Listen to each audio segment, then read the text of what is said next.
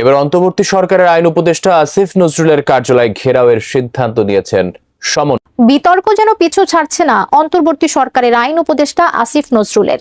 সরকার পতনের পর অন্তর্বর্তী সরকারের গুরুত্বপূর্ণ দায়িত্বে থাকা বিচার বিভাগ পুনর্গঠন এবং উপদেষ্টা নিয়োগ নিয়ে তার ভূমিকা ঘিরে শুরু হয়েছে নানান সমালোচনা। যাকে আপনারা চেনেন আসিফ নজরুল নামে, মোহাম্মদ নজরুল ইসলাম নাম পাল্টে যেভাবে আসিফ নজরুল হয়েছেন, ঠিক একইভাবে খোলস পাল্টে এক এক সময় এক এক পাত্রে হাজির হয়েছেন। পাত্র আলাদা হলেও পাত্রী হিসেবে আসিফ নজরুল সবখানে ফিট। কতটা ফিট সেটা জানতে আজকের পুরো অনুসন্ধান। আসিফ নজরুল স্যার, তুমি আসলে নজরুল ইসলামকে সামনে রেখে সুখের স্বপ্ন নিয়ে 18 কোটি যাত্রী যে ট্রেনে চেপে বসেছে, সেই ট্রেন ভবিষ্যতে কোন দিকে যাবে সেটা অনুমান করতে চালকের অতীত সম্পর্কে একটু জেনে আসা বাঞ্ছনীয়। আসিফ নজরুলের অতীত কেমন সেটা জানার আগে ভারতীয় গোয়েন্দা সংস্থা বাংলাদেশে কিভাবে তাদের অপতৎপরতা চালায় সেটা একটু বুঝে আসতে। মোহাম্মদ ইউনূসকে সামনে রেখে ভারত, প্রথম আলো আসিফ নজরুলদেরকে দিয়ে যেই তাদের পরিকল্পনা বাস্তবায়ন করছে, সেটার সবচাইতে বড় প্রমাণ হচ্ছে এই ফারুক। আমার সাথে অন্যায় হয়েছে, অবিচার হয়েছে, আমার পরিবারের সাথে হয়েছে, আমার বাবাকে হত্যা করা হয়েছে, আমার মায়ের সাথে অন্যায় করা হয়েছে, তাকে অত্যাচার করা হয়েছে, আমার ভাই মৃত্যুবরণ করেছে এই অত্যাচারের কারণে। আসসালামু আলাইকুম প্রিয় দর্শক, বর্তমান আইন উপদেষ্টা আসিফ নজরুলকে নিয়ে চলছে আলোচনা সমালোচনা, এবং সরকারের যতগুলো উপদেষ্টা রয়েছে তার মধ্যে সবচেয়ে বিতর্কিত উপদেষ্টা হচ্ছে আসিফ নজরুলকে নিয়ে সাংবাদিক ইলিয়াস হোসেন বেশ কয়েকটি ভিডিও করেছে, যা প্রচুর পরিমাণে সামাজিক যোগাযোগ মাধ্যমে ভাইরাল হয়েছে, এবং এই বিষয়গুলো নিয়ে আসলে মানুষ মুখ খুলতে শুরু করেছে। অনেকেই আসিফ নজরুলের পদত্যাগ চাচ্ছে। প্রিয় দর্শক, এই বিষয়ের উপর আরো বিস্তারিত জানতে আমরা সরাসরি ভিডিও স্ক্রিনে চলে যাব, সেখানে বিস্তারিত দেখে আসবো। এবার আসিফ নজরুলকে কড়া হুঁশিয়ারি দিলেন জনাব তারেক রহমান। বিএনপির ভারপ্রাপ্ত চেয়ারম্যান জনাব তারেক রহমান তার দলের সকল নেতাকর্মীদেরকে কড়া নির্দেশনা দিলেন লন্ডন থেকে, যে বাংলাদেশের মাথাটা, স্বৈরাচারের মাথাটা পালিয়ে গিয়েছে, কিন্তু তার লেজ সহ সমস্ত শরীর রয়ে গিয়েছে। রন্ধ্রে রন্ধ্রে সব জায়গায় সব অবস্থানে অবস্থান করছে আওয়ামী লীগ এবং শেখ হাসিনার দোসররা। আসিফ নজরুলকে উদ্দেশ্য করে উনি কঠিন বক্তব্যটি দিয়েছেন। প্রিয় দর্শক, আপনাদের সামনে আমি একটু জনাব তারেক রহমানের বক্তব্য শোনাবো, তারপরে আমি বাকি বিশ্লেষণটা করব।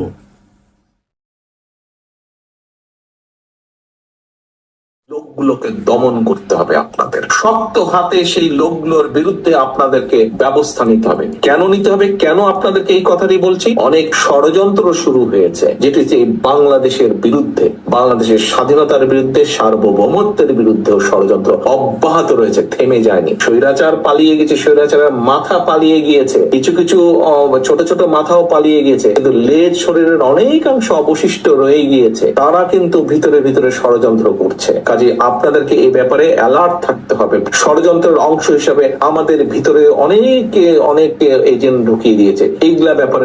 দর্শক, এতক্ষণ পর্যন্ত আমরা জনাব তারেক রহমানের বিচক্ষণ কথাগুলা শুনলাম। বিচক্ষণ কথাগুলোর ভিতরে উনি বলেছেন যে ষড়যন্ত্রের জাল ওরা যেভাবে বুনেছে, আমাদের ভিতরে ওরা লোক ঢুকিয়ে দিয়েছে, ওদের লোক আমাদের ভিতরে আছে। যে কথাটা জনাব তারেক রহমান নিজের মুখ দিয়ে বলেছেন, এই কথাটার উপরে আমি আশা করছি বিএনপি সহ জামাত সহ বিরোধী দলের যারা আছেন, যারা রাজপথে আন্দোলন সংগ্রাম করে 24-এ স্বৈরাচারকে বিদায় দিয়েছেন, আপনাদের এই জনাব তারেক রহমানের এই বিচক্ষণ কথাটাকে মূল্যায়ন করতে হবে।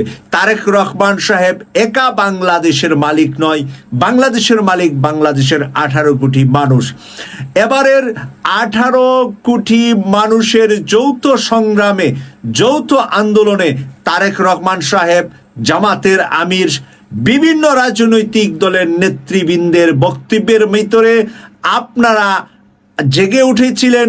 আমরা যারা বিদেশে থেকে ইউটিউবের মাধ্যমে, সোশ্যাল মিডিয়ার মাধ্যমে আপনাদেরকে জাগিয়েছিলাম। আজকে আমরা নিজেরা হতাশা নয়, বরঞ্চ ভয় আতঙ্কে আছি যে না জানি কখন আবার স্বৈরাচাররা আপনাদের উপরে এসে মানে গলা চিপে ধরে। কারণ স্বৈরাচারের দোসররা প্রত্যেকটা সেক্টরে খুব শক্তিশালী অবস্থায় আছে। এই শক্তিশালী অবস্থা থেকে দূরীকরণ করতে হলে সবচাইতে বড় যেটা দরকার হবে সেটা হলো জামাত, বিএনপি এবং বৈষম্য বিরোধী ছাত্র আন্দোলনের যে ছাত্ররা আছে তারা একই সাথে ভাই ভাইয়ের মতো হয়ে কাঁধে কাঁধ মিলিয়ে হাতে হাত মিলিয়ে শক্তিশালীভাবে আপনারা রাস্তাঘাটে হাটে বাজারে রাজনীতি, অর্থনীতি, সমাজনীতি সব ক্ষেত্রে আপনাদের অবদান রাখতে হবে। আপনারা যদি নিজেদের সর্বোচ্চ ত্যাগ আর কোরবানি না দেন তাহলে সেই শকুনের থাবা থেকে বাংলাদেশের মানচিত্রকে রক্ষা করা কঠিন হয়ে যাবে। তাই প্রিয় দর্শক, প্রিয় দেশবাসী, আপনাদের কাছে জনাব তারেক রহমানের পক্ষ থেকে আমি জনাব তারেক রহমানের বক্তব্যটাকে আপনাদের মাঝে তুলে ধরছি এই কারণে যে আপনারা জনাব তারেক রহমানের কথাগুলার মূল্যায়ন করবেন, এই প্রত্যাশা রেখে বিদায় নিলাম। আমি সৈয়দ মাসুক, লন্ডন থেকে। আল্লাহ হাফেজ। ধন্যবাদ। বিসমিল্লাহির রহমানির রহিম। উপস্থিত সম্মানিত শ্রোতৃবৃন্দ, আসসালামু আলাইকুম। আজকের এই ব্যতিক্রম ধর্মী আয়োজনে উপস্থিত থাকার জন্য আমি আপনাদের সকলকে আন্তরিকভাবে ধন্যবাদ জানাচ্ছি। বিশেষ করে আপনাদের মাঝে আমি সম্মানিত এবং আনন্দিত বোধ করছি। আজকে আমি শুধু একজন রাজনৈতিক ব্যক্তি হিসেবেই এখানে আসিনি, আমি এসেছি এখানে একজন ভাই, বন্ধু কিংবা অভিভাবক হিসাবে আপনাদের পাশে দাঁড়ানোর প্রত্যয় নিয়ে এবং আপনাদের প্রতিভা এবং আত্মনির্ভরশীলতা বিকাশে আমার ব্যক্তিগত রাজনৈতিক দায়বদ্ধতার জায়গা থেকে আজকে আমি আপনাদের পাশে দাঁড়ানোর চেষ্টা করেছি বা এখানে আমি উপস্থিত হয়েছি। প্রিয় ভাই বোনেরা, আমি বিশ্বাস করি দুদিন আগে আমাদের দলের পক্ষ থেকে আপনাদের এখানে যারা আয়োজন করেছেন তাদের সাথে যারা যোগাযোগ করছিলেন, কথার সঙ্গে আমি তাদেরকে বলেছিলাম যে আমি দৃঢ়ভাবে বিশ্বাস করি যে আপনারা প্রতিবন্ধী ভাই বোনেরা বা মানুষেরা, আপনারা আমাদের পরিবারের অংশ, সমাজের অংশ এবং দেশের অংশ। বাংলাদেশকে এগিয়ে নিয়ে যাওয়ার ক্ষেত্রে আমাদের সমাজ এবং অর্থনীতিকে সচল রাখার ক্ষেত্রে কিন্তু আপনাদের অসাধারণ ভূমিকা রয়েছে। আমাদের জীবন এবং সংগ্রামে আমাদেরকে শেখায় যে কর্মদক্ষতা, সক্ষমতা বা কাজের সামর্থ্য কেবল শারীরিক বা মানসিক অবস্থার মধ্যে বা মাধ্যমে কিন্তু নির্ধারিত হয় না। সকল প্রতিকূলতা পেরিয়ে সামনে এগিয়ে যাওয়ার যে অদম্য ইচ্ছাশক্তি এবং আল্লাহ তাআলার দেওয়া পরীক্ষাগুলোকে হাসি মুখে গ্রহণ করার যে সাহস আপনাদের রয়েছে, সেটি কিন্তু সত্যিকারের সক্ষমতার পরিচয়। আমরা যারা আপনাদের মতন কঠিন শারীরিক বা মানসিক পরীক্ষার সম্মুখীন হইনি, তারা কিন্তু অনেক সময় বুঝতে পারি না আমরা কি অসীম বাধা অতিক্রম করে আপনারা স্বপ্ন দেখেন এবং আমাদেরকেও অনেক ক্ষেত্রে স্বপ্ন দেখান বা দেখতে শেখান। আপনারা আমাদের মনে করিয়ে দেন যে আমাদের সব অক্ষমতাকে জয় করে সমাজে প্রতিটি মানুষ মাথা উঁচু করে সম্মানের সঙ্গে বাঁচতে চায় এবং দৃঢ়তার সাথে সসম্মানে বাঁচতে চায়। আপনাদের সেই সাহস, সংকল্প ও শক্তি আমাদের জন্য প্রেরণার উৎস, অনেক মানুষের জন্য। এটি আমাদের উদ্বুদ্ধ করে একটি সাম্য, মানবিক মর্যাদা এবং সামাজিক সুবিচারের ভিত্তিতে অন্তর্ভুক্তিমূলক একটা বৈষম্যহীন বাংলাদেশ গড়ে তোলার লক্ষ্যে কাজ চালিয়ে যেতে। উপস্থিত প্রিয় ভাই বোনেরা, উপস্থিত গার্জিয়ান বৃন্দ, আজকে আমি আপনাদের সামনে ছোট ছোট, খুব সংক্ষেপে ছোট ছোট কয়েকটি গল্প বলতে চাই, যারা সম্পূর্ণ ব্যক্তিগত প্রচেষ্টায় যাদের অর্জিত সাফল্য আমাদেরকে প্রেরণা যোগায়। প্রথম গল্পটা পটুয়াখালীর একজন 68 বছর বয়সের মানুষের, যিনি বাক প্রতিবন্ধী, কিন্তু বাক প্রতিবন্ধী হলেও ফ্রিল্যান্স আউটসোর্সিং এর গ্রাফিক ডিজাইনের কাজ করেছেন এবং তরুণদের সাথে পাল্লা দিয়ে বিদেশি ক্লায়েন্ট থেকে বৈদেশিক মুদ্রা উপার্জন করে পরিবারের পরিবারের প্রতি যে অর্থনৈতিক দায়িত্ব তা পালন করেছেন। এই মানুষটি সাফল্য প্রমাণ করে বয়স বা প্রতিবন্ধকতা কখনো জীবনের গতিপথ বাতলাতে পারে না বা বদলাতেও পারে না। দ্বিতীয় গল্পটি এক তরুণের, যার কোমর থেকে পা পর্যন্ত অবশ। শারীরিক প্রতিবন্ধকতা তাকে শিখিয়েছিল যে আমার পা নেই তো কি হয়েছে, আমার হাত আছে। তিনি নিজের পছন্দের শখের কাজ, কাঠের শিল্পকলা, বিভিন্ন জিনিস তৈরির মাধ্যমে নিজের প্রতিভা প্রকাশ করতে শুরু করেন। পা নেই তো কি হয়েছে, হাত আছে, এবং হাতের নিপুণ কাজে তিনি অসাধারণ কাঠের পণ্য তৈরি করেন, যা স্থানীয় বাজারে বিক্রি হয় এবং দেশ জুড়ে তার হাতের কাজের জুড়ি বিখ্যাত।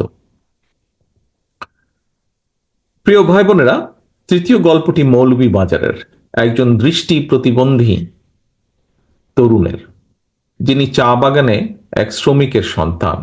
চোখে আলো নেই, কিন্তু মনের আলোর শক্তিতে এসএসসি এবং এইচএসসি পরীক্ষায় জিপিএ 5 অর্জন করেছেন। তার এই যে সংগ্রামী মনোবল আমাদেরকে শিখিয়েছে ইচ্ছা শক্তি এবং মেধা কখনো শারীরিক সীমাবদ্ধতার কাছে হার মানে না। এরপরে চতুর্থ যে গল্পটি, এমন একজন মানুষের যার চলার শক্তি নেই, একমাত্র ডান হাতের বৃদ্ধা আঙ্গুলটি নাড়াতে পারেন। সেই আঙ্গুল দিয়ে তিনি কম্পিউটারের কাজ করেন। কুমিল্লার একটি ছোট্ট ঘরে বসে তিনি বেলজিয়ামের একটি প্রতিষ্ঠানের জন্য পণ্যের ক্যাটালগ ডিজাইন করেন। একক প্রচেষ্টায় মানুষটি নিশ্চিত করে চলেছেন অর্থনৈতিক মুক্তি এবং সামাজিক অগ্রযাত্রা। এই যে 4 জন ব্যক্তি আমাদেরকে দেখিয়েছেন যে প্রকৃত সক্ষমতা শরীর দিয়ে নয়, মনের জোর, ইচ্ছা শক্তি এবং কঠোর পরিশ্রম দিয়ে মাপা হয়। তাদের গল্প আমাদেরকে শিখিয়েছে বাধা শুধু একটি শব্দ, যা চেষ্টার মাধ্যমে জয় করা সম্ভব। আমাদের দায়িত্ব তাদের লড়াইকে সম্মান জানানো, তাদের পাশে দাঁড়ানো। আমরা এমন একটি বাংলাদেশ গড়তে চাই বা গড়ার পরিকল্পনা করি যেখানে প্রতিটি মানুষ তার সীমাবদ্ধতাকে জয় করে নিজের স্বপ্ন পূরণের সুযোগ পাবেন। শারীরিক চ্যালেঞ্জ মোকাবেলা করেও যারা নিজ উদ্যোগে অর্থনীতিতে অবদান রাখছেন, তাদের বিজয়ের গল্প আমাদের আলোর পথ দেখায়। আমি একজন রাজনৈতিক কর্মী হিসাবে আপনাদেরকে প্রতিশ্রুতি দিতে চাই, আগামীর বাংলাদেশে শারীরিক সীমাবদ্ধতার কারণে যেন কাউকে বৈষম্যের শিকার না হতে হয়, পিছিয়ে না রাখে,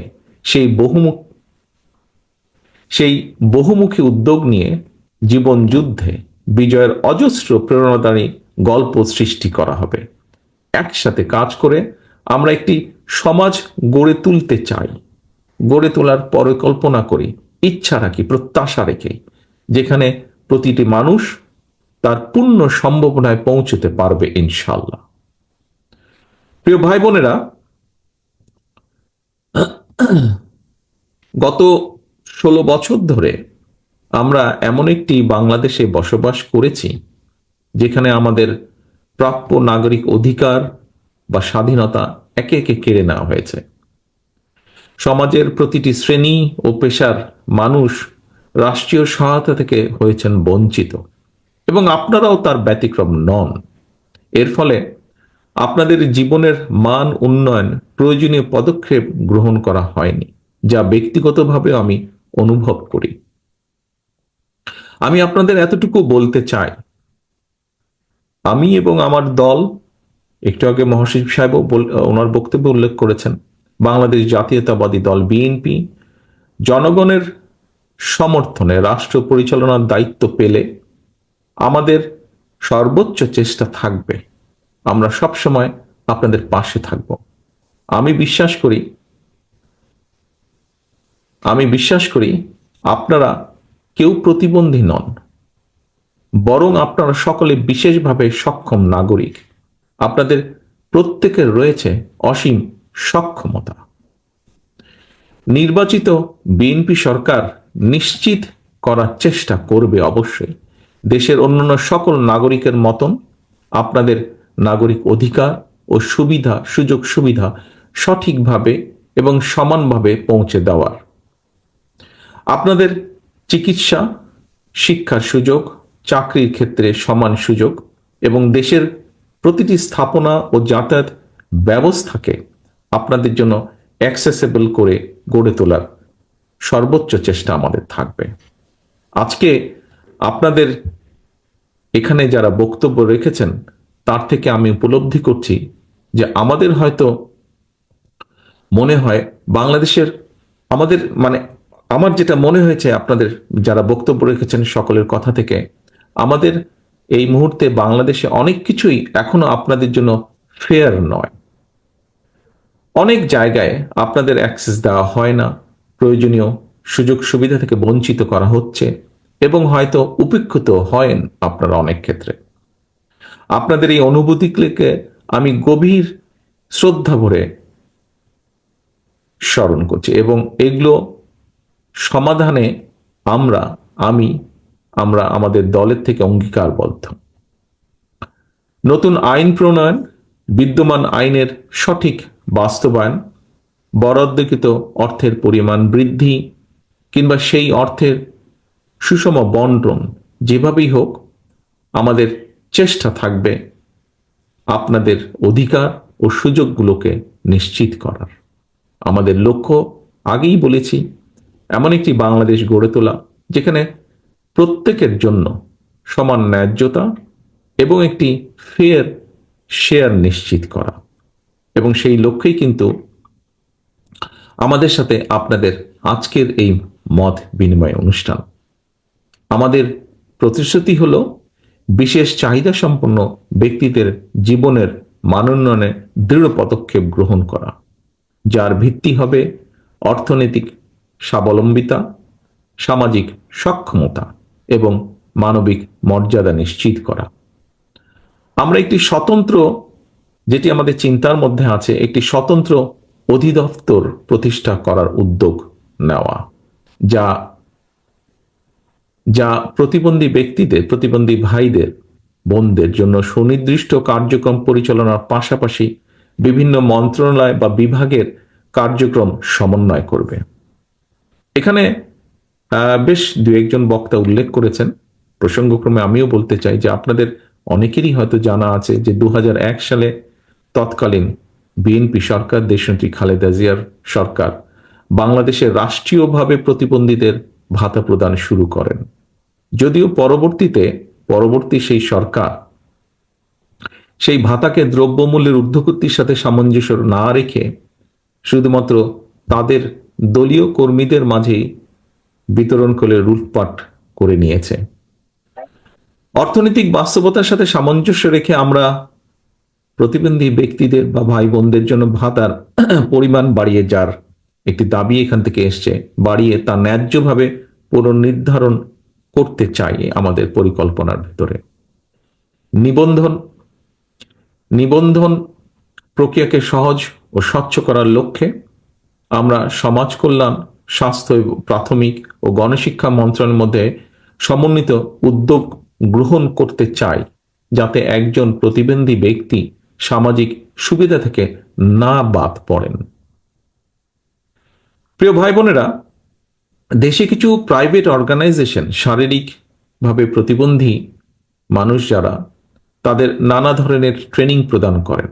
তবে এই ট্রেনিং শেষে চাকরির ব্যবস্থা করতে গিয়ে এই মানুষগুলোকে হিমশিম খেতে হয় এবং সে কারণে এই সমস্যার সমাধানে আমরা কিছু উদ্যোগ গ্রহণ করতে চাই, যাতে দেশের বড় বড় ব্যবসা প্রতিষ্ঠানগুলো একটি নির্দিষ্ট শতাংশ শারীরিকভাবে চ্যালেঞ্জ ব্যক্তিদের নিয়োগ করতে উৎসাহিত হয়। উদাহরণস্বরূপ, বিশেষ চাহিদা সম্পন্ন ব্যক্তিদের নিয়োগ করলে রাষ্ট্রের পক্ষ থেকে ব্যবসা প্রতিষ্ঠানগুলোকে কিছু ট্যাক্স সুবিধা বা কমপ্লায়েন্স সার্টিফিকেট প্রদান করার একটি চিন্তা আমাদের ভেতরে আছে। সুবর্ণ নাগরিক কার্ড নামে যে তথাকথিত একটা কার্ড রয়েছে, এটিকে গতিশীল করে আমরা এর আওতায় স্বাস্থ্য, বীমা, শিক্ষা, বৃত্তি, পরিবহন, ডিসকাউন্ট সহ অন্যান্য সামাজিক সুবিধা প্রদান করতে চাই। এরকম একটি চিন্তাও রয়েছে আমাদের মধ্যে। বিশেষ চাহিদা সম্পন্ন ব্যক্তিরা যাতে অর্থনৈতিকভাবে, যার যেই বিষয়টি আপনাদের অনেকের বক্তব্য থেকে তুলে নিয়ে এসেছেন আপনারা, এবং আমিও দৃঢ়ভাবে যেটি বিশ্বাস করি যে এই মানুষগুলো যাতে অর্থনৈতিকভাবে স্বাবলম্বী হতে পারেন, আমরা তার জন্য বাস্তবসম্মত ভোকেশনাল এবং টেকনিক্যাল ট্রেনিং এর ব্যবস্থার পরিকল্পনা আমরা রেখেছি আমাদের চিন্তা ভাবনার মধ্যে। বিশেষত আউটসোর্সিং, ডাটা প্রসেসিং, ফ্রিল্যান্সিং এর ক্ষেত্রে বিশেষ চাহিদা সম্পন্ন মেধাবী তরুণদের জন্য তরুণীদের জন্য সুনির্দিষ্ট কারিগরি এবং কাঠামোগত সুবিধা প্রদানের পাশাপাশি ট্যাক্স ওয়েভার এবং ওয়ার্ক স্টেশন সৃষ্টির সুযোগ কার্যকরভাবে আমাদের বিবেচনায় রয়েছে। অন্যান্য ক্ষেত্রেও উদ্যমী এবং সফল প্রতিবন্ধী ব্যক্তিদের জন্য সহজ শর্তে বিশেষ ঋণ সুবিধা প্রদান করে উদ্যোক্তা সৃষ্টির একটি পরিকল্পনাও আছে আমাদের। এখানে প্রায় ব্যক্তি যারা বক্তব্য রেখেছেন একটি কথা সকলেই বিশেষভাবে উল্লেখ করেছেন, আমিও আমাদের চিন্তার মধ্যেও সেটি আছে। সেটি হচ্ছে গণপরিবহন। আমরা গণপরিবহন এবং বিভিন্ন সরকারি বেসরকারি স্থাপনাকে প্রতিবন্ধী ব্যক্তিদের জন্য উপযোগী করে গড়ে তোলার লক্ষ্যে একটি সমন্বিত পরিকল্পনা গ্রহণ করতে চাই। পাশাপাশি সরকারি চাকরিতে এই সকল মানুষদের জন্য একটি নির্দিষ্ট অংশীদারিত্ব নিশ্চিত করার একটি পরিকল্পনাও আছে আমাদের ভেতরে। প্রিয় ভাই বোনেরা, প্রতিবন্ধী শিশুদের শিক্ষার বিষয়টি শিক্ষা মন্ত্রণালয়ের অধীনে আনার বিষয়টি বিবেচনা আমরা অবশ্যই করব, যার কথাটি এখানে, যেই বিষয়টি এখানেও বোধহয় কয়েকজনের বক্তব্যে উঠে এসেছে। বিশেষ করে তাদের স্বাস্থ্য সেবা বিদ্যমান স্বাস্থ্য ব্যবস্থার মধ্যে অন্তর্ভুক্ত করার জন্য কাজ করতে আমরা চাই। তাদের জন্য ফাস্ট ট্র্যাকে সেবা প্রদান, প্রায়োরিটি সলিউশন এবং বিভিন্ন অ্যাডমিনিস্ট্রেশনের নির্দিষ্ট অংশ সংরক্ষণের পরিকল্পনা আছে আমাদের। বিচারিক প্রক্রিয়া প্রয়োজনীয় সংস্কার এনে এই মানুষগুলো ন্যায্য বিচার পাওয়ার সুযোগ কিভাবে আরো বৃদ্ধি করা সম্ভব হয় সেটি আমরা চিন্তা ভাবনা করছি। আমাদের দল জনগণের সমর্থে সরকার গঠনে সক্ষম হলে জেলা পর্যায়ে বিশেষ করে বিশেষ চাহিদা সম্পন্ন শিক্ষার্থীদের জন্য বিশেষায়িত স্কুল প্রতিষ্ঠার পরিকল্পনা আছে আমাদের পরিকল্পনায়, যেখানে সাইন ল্যাঙ্গুয়েজ, ব্রেইল সহ ইনক্লুসিভ এডুকেশন আধুনিক পদ্ধতির অন্তর্ভুক্ত করার চেষ্টা থাকবে। পাশাপাশি কারিগরি ও পেশাগত শিক্ষার মাধ্যমে কর্মজীবনে প্রবেশের সুযোগ কিভাবে তৈরি করা যায়, এই মানুষগুলো জন্য স্কলারশিপ ও প্রয়োজনীয় শিক্ষা উপকরণ সরবরাহ বিষয়টি আমাদের বিবেচনায় আছে। স্বাস্থ্যসেবার ক্ষেত্রে আমরা প্রতিটি জেলা সদর হাসপাতালে বিশেষায়িত স্বাস্থ্য সেবা ইউনিট স্থাপনের চেষ্টা করব, যেখানে শারীরিক থেরাপি, মানসিক স্বাস্থ্য সেবা এবং প্রয়োজনীয় চিকিৎসার আধুনিক সুবিধাগুলো থাকবে বলে আমরা প্রত্যাশা রাখি। আমরা প্রত্যন্ত অঞ্চলে বিশেষ চাহিদা সম্পন্ন জনগণের জন্য মোবাইল হেলথ ক্লিনিক চালুর একটি উদ্যোগ গ্রহণ করতে চাই। সহায়ক উপকরণ তৈরির জন্য যে বিষয়টিও এখানে উঠে এসেছে বক্তব্যে, উপকরণ তৈরির যে কারখানাগুলো সেগুলো দেশে স্থাপন করা এবং আমদানি ক্ষেত্রে যদি সম্ভব হয় অবশ্যই সেক্ষেত্রে কর মৌকুফের চিন্তাটিও বা কর কমিয়ে আনা চিন্তাটিও আমাদের পরিকল্পনার ভিতরে রয়েছে।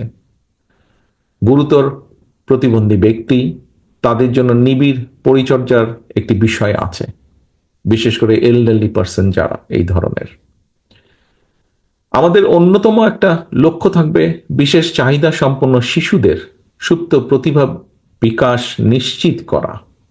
ড্রয়িং, আর্ট, মিউজিক, স্পোর্টস, এই সমস্ত ক্রিয়েটিভ এবং ইনোভেটিভ অ্যাক্টিভিটিস তাদের জন্মগত দক্ষতা ও শেখার আগ্রহ অনুযায়ী প্রশিক্ষণ ও স্কিল ডেভেলপমেন্ট প্রদান করা আমরা করতে চাই। আমরা প্রান্তিক থেকে কেন্দ্রীয় পর্যায় পর্যন্ত আমরা তাদের খেলাধুলার সিস্টেমেটিক ডেভেলপমেন্ট এবং টুর্নামেন্ট আয়োজনের মাধ্যমে প্যারা অলিম্পিকে ভালো ফল অর্জনের সহায়তা করা বা সহযোগিতা করার একটি পরিকল্পনা আমাদের সমষ্টিগতভাবে দলীয়ভাবে আছে, ব্যক্তিগতভাবে আমারও এটা আছে। স্পোর্টস, ডিবেট, সায়েন্স ফেয়ার সহ বহুবিধ সহশিক্ষা কার্যক্রমে সরকারি পৃষ্ঠপোষকতার পাশাপাশি প্রাইভেট স্পন্সরশিপ কিভাবে তৈরি করা যায়, সুযোগ সৃষ্টি করা যায়, সেটিও আমরা বিবেচনায় রেখেছি।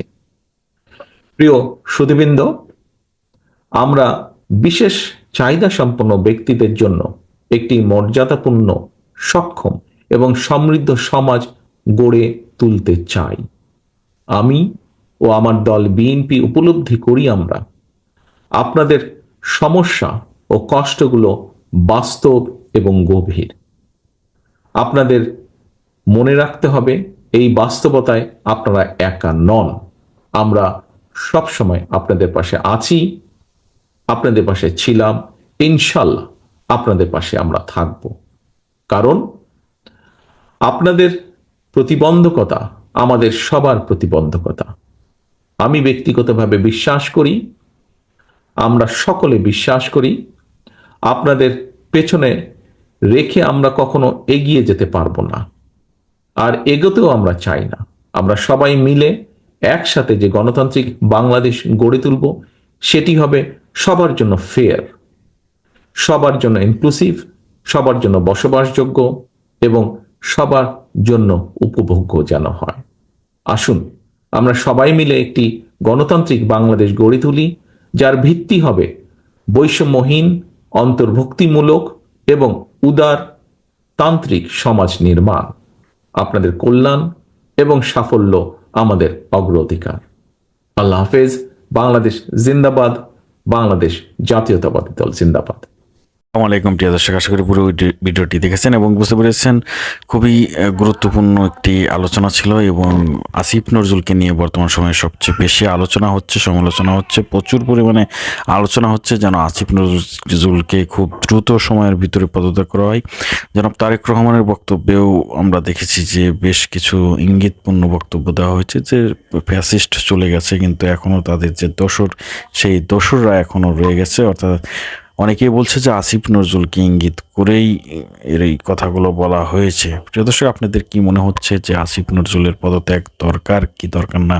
বা সাংবাদিক ইলিয়াস যা বলেছেন যে আসিফ নজরুল ভারতের এজেন্ট, শেখ হাসিনার এজেন্ট, এই বিষয়গুলো নিয়ে আপনাদের মূল্যবান মতামত কমেন্টে